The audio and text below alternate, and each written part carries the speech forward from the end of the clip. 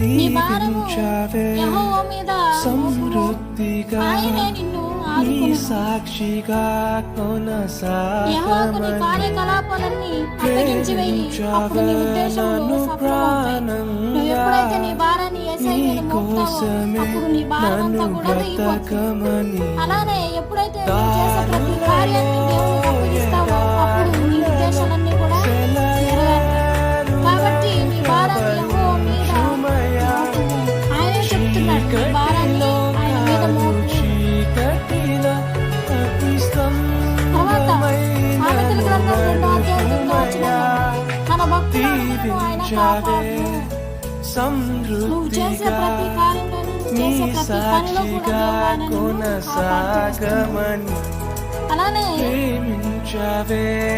కీర్తనల గ్రంథం 91వ అధ్యాయం 11వ వచనంలో నీ విధానాలన్నిటిలో నిన్ను